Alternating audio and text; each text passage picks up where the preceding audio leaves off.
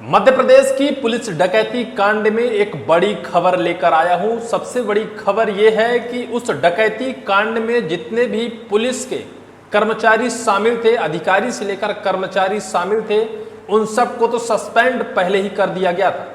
लेकिन अभी संशय ये बना हुआ था कि क्या इनके ऊपर एफआईआर दर्ज की जाएगी।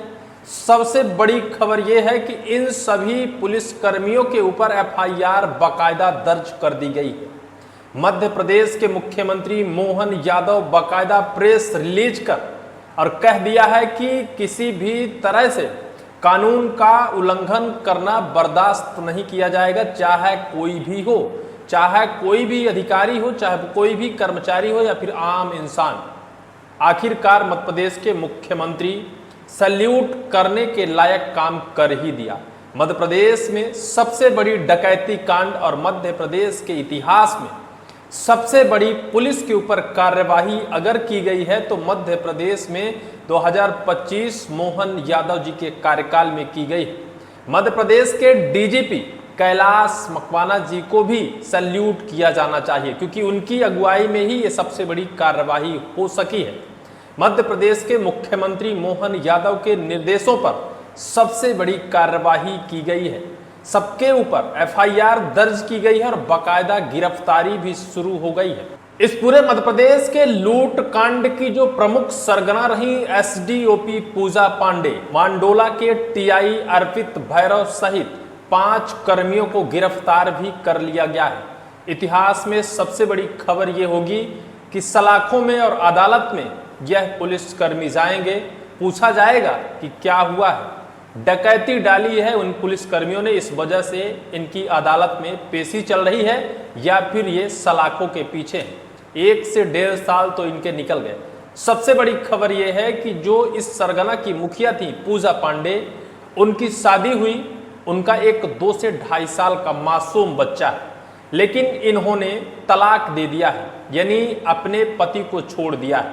सबसे बड़ी बात यह है, जो सिवनी जिले के एसपी थे जिनका नाम सुनील मेहता को इस पूरे कांड की पल पल की खबर मिलती थी। 8 अक्टूबर को जब आधी रात को उस जंगल में लूटकांड हुआ, उसकी भी भनक उनको थी। सुबह तक जो कुछ भी हुआ, जब वो हवाला की राशि वापस लेने आया, उस वक्त भी इनको पूरी जानकारी थी।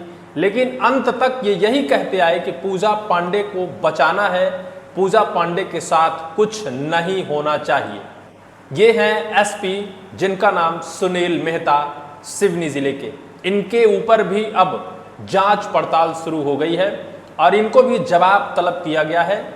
इनके लिए भी नोटिस जारी की गई है। वहीं एडिशनल एसपी जिनका नाम दीपक मिश्रा, उनके ऊपर भी कार्रवाई की जा सकती है। उनके खिलाफ भी जवाब तलब के लिए नोटिस जारी की गई। जबलपुर के आईजी प्रमोद वर्मा ने बाकायदा यह कार्यवाही करते हुए इन दोनों बड़े अधिकारियों के खिलाफ नोटिस जारी कर दी है और संदेह के घेरे में लिया है।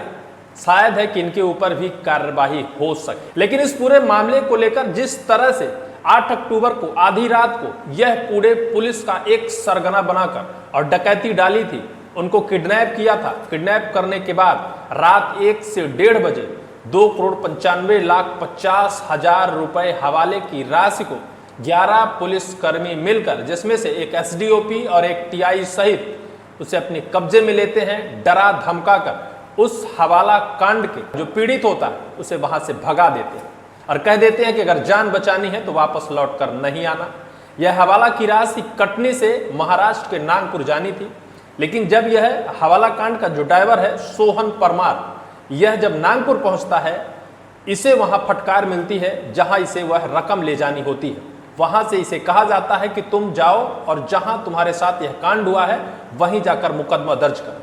पुनः ये सिवनी आता है और सिवनी में आके कोतवाली में जाकर बाकायदा लिखित शिकायत करता है।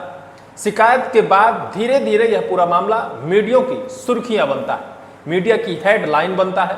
यह पूरा मामला छिंदवाड़ा जिले के डीआईजी राकेश सिंह के संज्ञान में आता है। चूंकि राकेश सिंह सिवनी जिले के पहले एसपी रह चुके हैं, उन तक जब यह पूरा मामला पहुंचता है, वो अपने सूत्रों से इस पूरी जानकारी को खंगालते हैं। जब पुष्टि होती है तो इस जानकारी को बाकायदा जबलपुर के आईजी प्रमोद वर्मा को बताते हैं।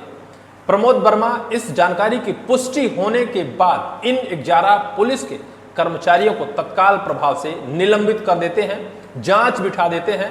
10 अक्टूबर को बाकायदा जांच बैठाई जाती है और जबलपुर के एडिशनल एसपी आयुष गुप्ता को इस जांच का प्रमुख अधिकारी बनाया जाता है। जांच पड़ताल चलते ही मध्य प्रदेश के मुख्यमंत्री मोहन यादव बाकायदा इस पूरे मामले को संज्ञान लेते हैं।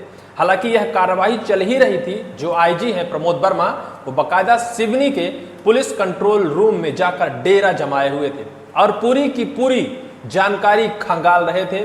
उन सभी कर्मियों को वहां से आउट कर दिया गया था, उनके हाथ से पूरा पावर खींच लिया गया था।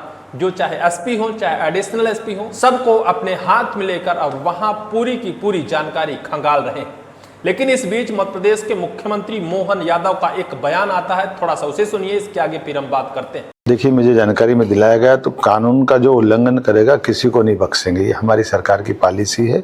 हमने एसडीओपी पूजा पांडे सहित बाकी सारे अधिकारियों को इसमें कार्रवाई भी की है और इसमें कायमी भी हुई है।